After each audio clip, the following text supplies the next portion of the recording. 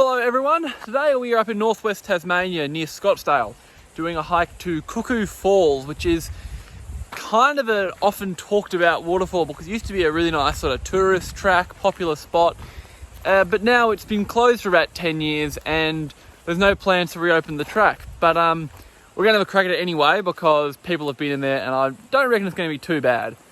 We drove up this like shitty ass little, you need a GPS because we missed the turn twice because it's this tiny little sort of dirt track. And now we're at the start of the walk and you can see here the no entry signs, which aren't particularly convincing. And we go into the track. So I know in places it's going to be quite overgrown from what I've heard, but I also expect a pretty good track in other parts. I mean, this bit is good to start with. It's middle of January, so I wasn't expecting lots of water, but from what we saw driving in, the creek looks quite full, which is good. Anyways, we'll see how we go. It's meant to be about 6 kilometres return. So yeah, if it's an easy track, it should only be about an hour each way, but if it's not, obviously it'll be longer. Well, we've reached the first creek crossing here.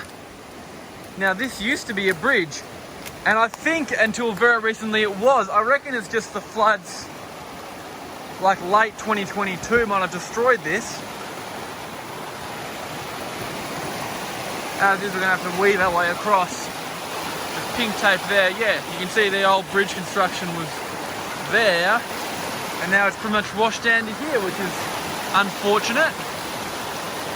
Creek looking really good, which is nice. And that's a continuation. Okay, so we've just crossed the creek the second time. You can see the nice boardwalk there. No longer nice boardwalk, it's been washed away. Just sort of had to find the best spot to cross over. So all the track reports I've read of here say that the early bridges are still in good condition. Well, those clearly weren't from the last 6 months because they certainly aren't now. Okay, so we're sort of heading steadily uphill. This has basically been typical of the track, where there's a lot of like ferny overgrowth covering the original route, but if you kind of look at your feet, you can see the path. Like, it's been mostly pretty easy to follow. Like, it's not like there's been false trails leading off. With pink ribbons quite a lot early in the walk, they seem to have kind of disappeared a bit. But again, if you're an experienced hiker, you shouldn't really have any issues finding your way, and it's a very pretty bush. Oh, there's a ribbon. Some of the ribbons are in weird places, like that's not on the track, you know? There was another one earlier. So trust your eye a bit more than just chasing the ribbons, I think, is a good tip. Well, it kind of seems like the further we go, the more the track kind of is reverting back to nature. It's weird because there are a place where it's like, you can clearly see this with a proper nice track. And then other places it's basically like bush bashing. There's heaps of fallen trees and quite unclear in spots. We have lost the track a couple of times slightly, but if that happens, just backtrack a little and you should pick it up easily enough. Another thing to note is that if you have the TasMap downloaded on Avenza Maps, as we do, or I imagine it's on a GPS, the track that it marks is pretty much bang on the actual route. So just back there, we lost track of the trail, but I could just sort of follow like roughly where the track went, and then a minute or two later we're back on the track. So you definitely need a GPS, but you can rely on it pretty well. Some of the walks like at Meander and stuff are really bad for it. The tracks are nowhere near their actual location, but here it's mapped very well. So that's certainly something that makes it a lot easier. Just about to come into a little creek crossing, I think now.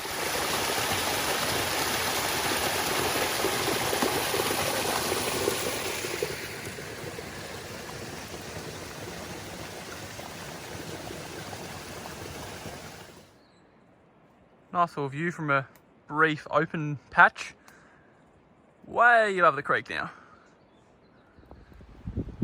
Still plodding along uphill.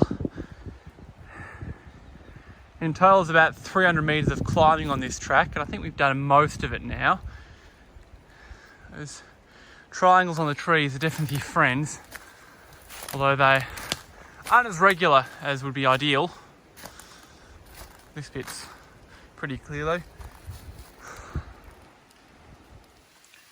not far away now. The rainforest starting to close in more.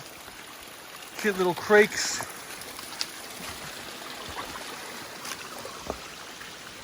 Once again, vague track that you can just make out some pink tapes up there.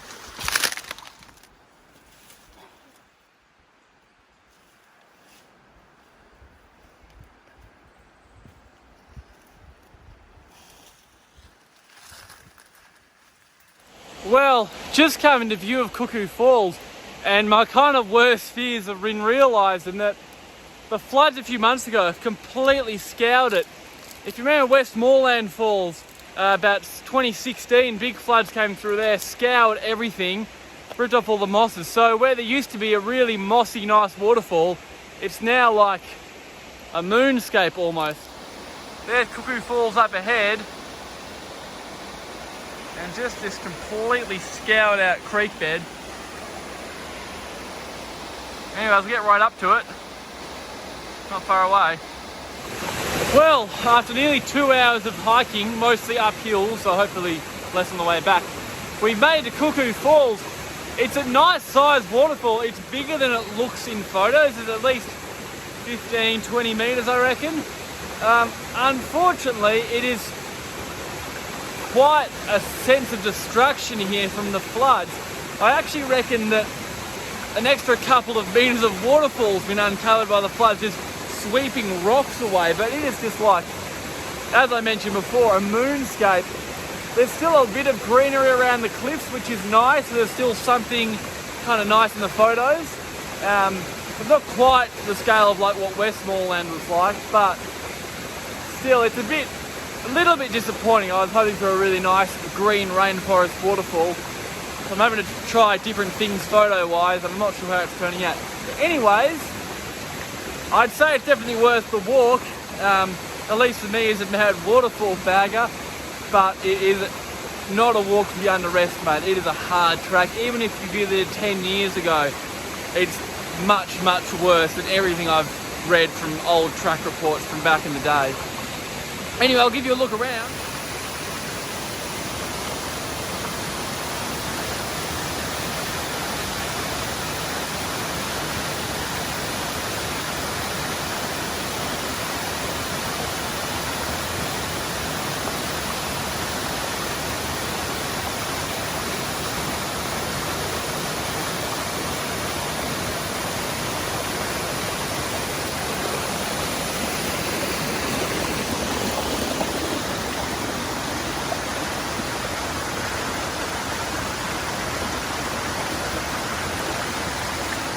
Okay, so we've just come across the destroyed bridges again, and we're on the last little bit of track now. In terms of an on-track hike, this is probably close to the worst track I've ever done. The first bit, besides the destroyed bridges, is actually pretty alright, but the further you get in, it just gets rougher and rougher, and there are spots where you really never know there was a track there in the first place. As I mentioned, the GPS track on Tasmaps and Avenza is really good, so you can follow that. So if you get a little ways off track as we did, you can kind of find your way back. Cuckoo Falls is really nice. Would have been nicer 3 months ago before it kind of got ripped out by the floods a bit, but still it's a bigger waterfall than it looks in photos. It's probably a 20-metre drop all up, and it's quite pretty. Definitely, if you're an experienced hiker, if you've done any off-track hiking, you should be comfortable enough to do the walk, and it is definitely worth it. Probably 3 or 4 hours return, I reckon, at least to allow, plus photos. But yeah, just about back at the car park now. Thanks for watching. I'll see you next time.